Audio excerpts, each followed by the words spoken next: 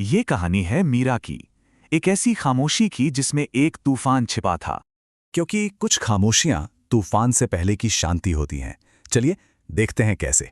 मीरा बड़े अरमानों के साथ एक अमीर घराने की बहू बनकर आई थी। पर शादी के बाद घर तो वही था, लेकिन घर के रिश्ते वो अब पहले जैसे नहीं रहे। और उसकी सास ने पहले ही दिन उसे उसकी जगह याद दिलाती थी।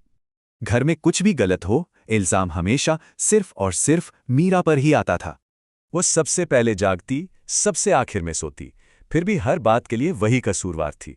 और उसका पति वो सब कुछ देखकर भी अनजान बना रहता। आखिर ये घर का मामला जो था। धीरे धीरे उस घर की दीवारों ने मीरा की मुस्कान को कैद कर लिया था। और फिर एक दिन सास के जहरीले बोलों ने बर्दाश्त की सारी हदें पार कर दीं। मीरा इस बार भी चुप रही, पर यह चुप्पी कमजोरी की नहीं, एक बड़े फैसले की थी। बस अब और नहीं। आज इस कहानी में एक नया मोड़ आने वाला था। उस रात मीरा ने अपनी मां को फोन किया और कहा, मां, कल सच सामने लाना ही होगा। अगली सुबह दरवाजे पर एक वकील को देखकर सब चौंक गए। आखिर माजरा क्या था? अब वक्त था सालों से दफन एक सच के बाहर आने का। मीरा की आवाज शांत थी, पर उसके शब्दों ने उस घर की नींव हिलाकर रख दी। एक एक करके सबूत मेज पर रखे गए।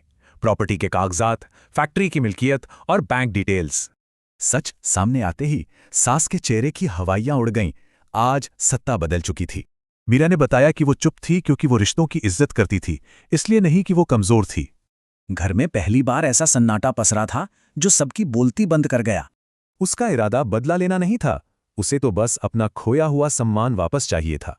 उसे जायदाद नहीं, बस अपनी इज्जत चाहिए थी। बदला नहीं, सम्मान।